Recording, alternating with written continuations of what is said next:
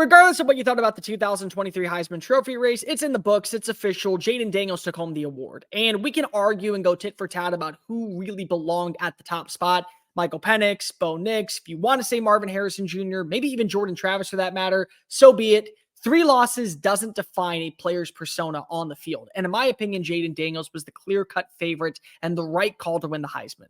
But it's never too early to start looking ahead to 2024. So who are the early front runners to take home college football's finest honor? Let's talk about it. If you are new here, welcome on into the channel. My name is Cole Thompson. I'm a radio show host based in Houston, and I talk college football daily. So if this is the type of content you enjoy, plus coaching searches, transfer portal news, anything going on with bowl games and the national championship, make sure you smash that subscribe button down below. Leave a comment telling me who you would like to see hoist up college football's finest honor in 2024. Tell your friends, your family, college football fans galore, anybody in your entire church congregation, your workout buddies, your fraternity brothers, really anybody for that matter about this channel. Give me a follow on social media at Mr. Cole Thompson. That way the conversation of college football never has to stop flowing.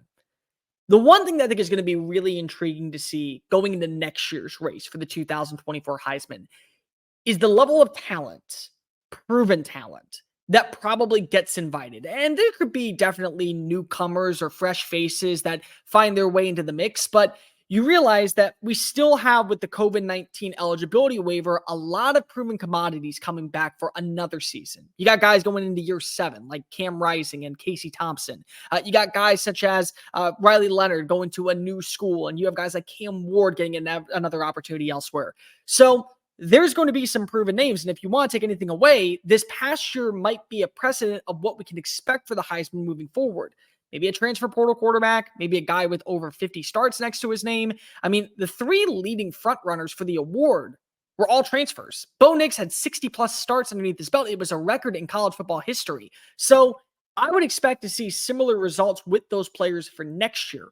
I'm going to go ahead and give you quick honorable mentions that I don't want to put on this list just yet, only because of, I don't know whether they're playing next year or depending on the status of their situation. So number 1, J.J. McCarthy at Michigan. I think that he has all the accolades of what you're looking for in terms of a game-managing quarterback. The talent is going to be in Ann Arbor next year. If he does come back, it's a lot of dink and dunk. Try to thread the needle to the right players in space, work up field, and find your way into the end zone. He does that like no one else's business. He's elusive in the pocket. I think he could be somebody who finds their way to New York City. Next up, Luther Burden at Missouri. There's always going to be a wide receiver, I think, in the mix. And the continuity and the chemistry of what he had this past year with Brady Cook, I think is going to be at an all-time high. Everyone is going to be paying attention to what happens in Columbia, Missouri next year. He was a breakout star. He has all the accolades and all the potential to be one of the best wide receivers very early on in his career at the NFL level. I think he's the front runner for the Biletnikoff. I would not be shocked to see him find his way, especially if he has another sensational season with the Tigers, to New York City. I'm going to go Cam Ward as another one. Cam Ward, I can't put him on this list just yet because I don't know where he's landing. There's rumors that he could go to USC. There's conversations about him going to Ohio State. I think both of them would work for a variety of reasons. Number 1, who are the play callers, Ryan Day and Lincoln Riley. Their ability to get the best version out of quarterbacks really stands out and stands tall. But say he goes to another school, like say he goes to Washington or whatnot. Will he have that same type of success? So I'm going to pump the brakes on him, but the talent's there. The elusiveness is there. The arm strength is there. Kid's a proven winner. He was at the FCS level, was for Washington State. If he can find his way onto a proper roster, he is absolutely going to be in the mix. And lastly, Shedeur Sanders. I think Sanders belongs here because of, you look at his numbers at the start of the year. The production was not the problem. It was the offensive line. I mean, this was the most sacked quarterback at the FBS level of any player. 56 times he was taken down. And there were games where he was literally on his last leg. No pun intended, like physically, he was on his last leg and he couldn't do anything about it. Well, you're watching as Deion right now is going out and he's adding in players via the portal. He also got Jordan Seaton, the 5-star from IMG Academy. If he can fortify the offensive line, the wide receiver talent's there. The ability to manipulate defenses with his legs is there. His physicality, his mobility, his awareness in the pocket, it's all there. You just got to have protection. And you also probably can't be on a 6-6 team. So you're going to have to get a few more wins. That comes with adding in the right means via the portal. Offensive line and defensive line are necessities this offseason for the Buffaloes if they want to be a contender. Number 5, I will go with the Texas quarterback. I don't care who is the Texas quarterback. Whoever is the guy is the one who will be in this race. And I think it's important to say that because just because Quinn Ewers says he might come back for 2024, there's going to be a ton of Longhorn fans who say, we want Arch Manning to play. And Arch may end up being the better passer. And Steve Sarkisian, coming from the Nick Saban background, has seen you got to go with the hot hand. You got to go with the guy that means the most to your team and gives you the best chance to win, especially in the SEC. But let's just say Quinn Ewers does come back for another year. He's going to have weapons. They're going to add at least one or two names via the transfer portal, not to mention what he has with the running back and Jonathan Brooks and CJ Baxter, the type of talent that's residing already in Austin, hoping for an opportunity to play elsewhere. Like Jonte Cook next season is going to be a breakout star. Everyone in college football will know who Jonte Cook is. And the big thing is, if you have Quinn Ewers build that same type of repetition and that same type of chemistry he did with Xavier Worthy, with Cook, you are cooking with fire in the 40 acres. And this is a team that maybe has a shot of winning it all next year. It's not far-fetched to say the way the roster has been constructed in Austin and the mentality that's been put in place by Steve Sarkisian, they absolutely stand a shot of making it back to the CFP, winning multiple games, and maybe even playing for a national championship. They're on the come up. They really are. And if Arch Manning is that same guy, well, look at that. You got your wish, and you also got a quarterback that finally is at the pinnacle of all conversations in college football. 4, I will go with the surprise pick, but I like Jalon Daniels from Kansas. This is a very winnable schedule. We know what he can do in the open field. We know what his arm strength is. We have seen this kid prove time and time and time again, I am the right fit for your offense. And Jason Bean was a really good quarterback this past year. Give a ton of credit to Lance Leipold.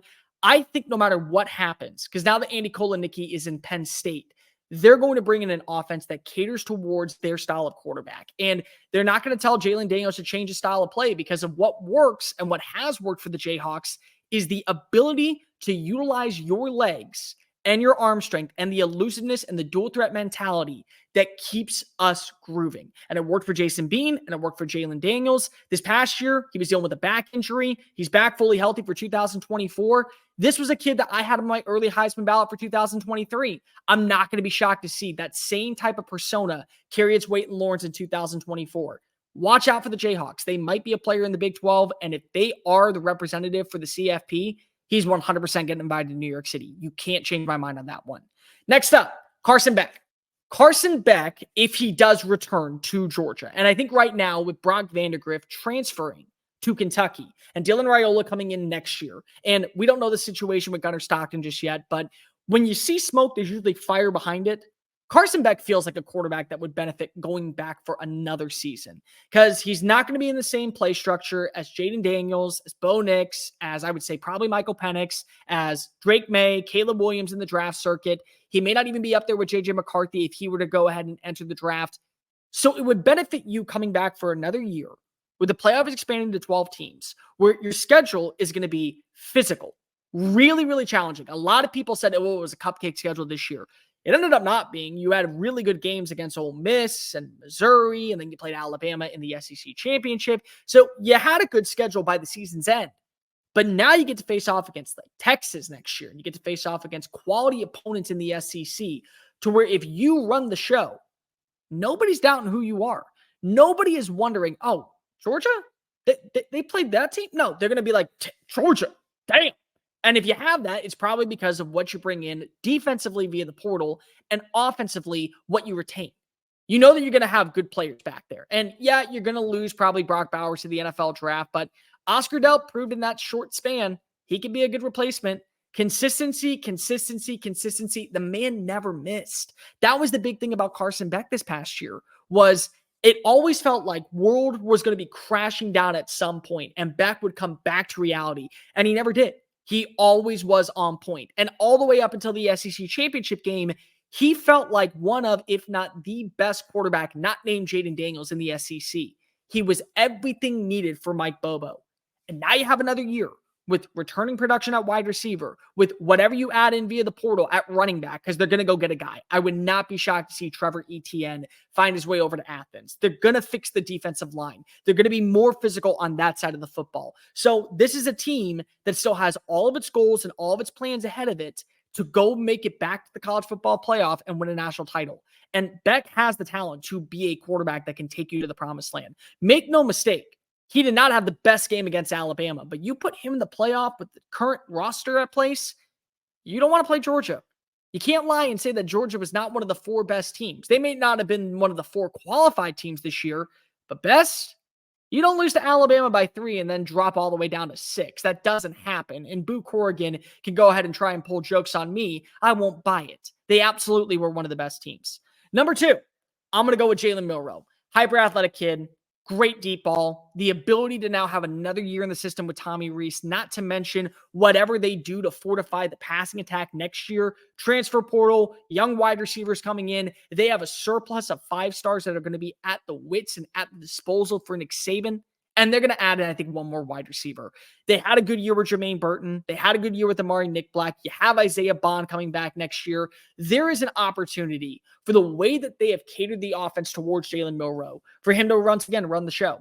I mean, there was an opportunity this year for him to maybe make it to New York City. Like, going into the final week of the regular season, there was conversations about him surpassing Jordan Travis, surpassing Marvin Harrison Jr., and being that 4th representative.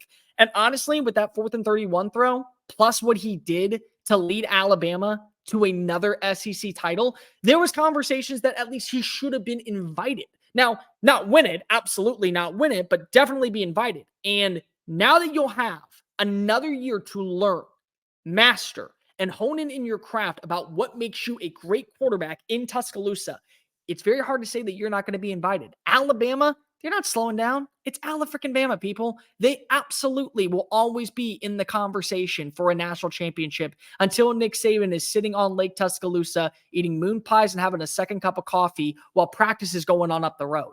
Until that happens, whoever is the starting quarterback, whoever runs the show offensively, will always be a conversation starter when it comes to the Heisman Trophy. But number 1 is a quarterback that's been around, and he kind of fits the criteria of what I've been talking about here. Veteran who's been in systems, quality player, and absolutely has the notion and the experience needed to go ahead and prove that you're college football's finest. It's Dillon Gabriel at Oregon. It is. Dillon Gabriel probably could have at least been in the conversation at some point during the regular season this past year. I think after the Texas game, a lot of people started watching and saying, maybe this is the next QB from QBU. Or if you think it's another QBU, fine, so be it. I give it to Oklahoma right now. But this could be another quarterback that we see make it to New York City. Maybe not win the award, but definitely go. And the experience is there. He's going to have over 45 starts underneath his belt by the time he plays for the Ducks in 2023. And if you really watch the style of play, it mirrors a lot of Bo Nix. Intermediate throws, timing, touch, accuracy. Guy completed over 67% of his passes this past year. Not to mention, he threw for over 20 plus touchdowns and he rushed for, I think, another 10. So the production is there. The style of offense caters to what Will Stein likes in a quarterback. And the only difference is that one guy is left-handed and one guy is right-handed.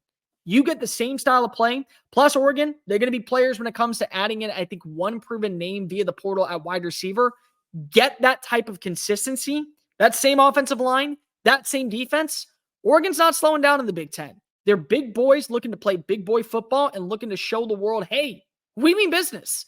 That's why Dan Lanning didn't want to just settle for Ty Thompson. And that's not an insult on Ty Thompson, but you realize we want to set the tone in a brand new era of Ducks football where we're going to be going up against the big challengers, the Penn States of the world, the Ohio States of the world, the Michigans, even Michigan State. Nebraska seems to be on the come up. Minnesota could be around and mess up.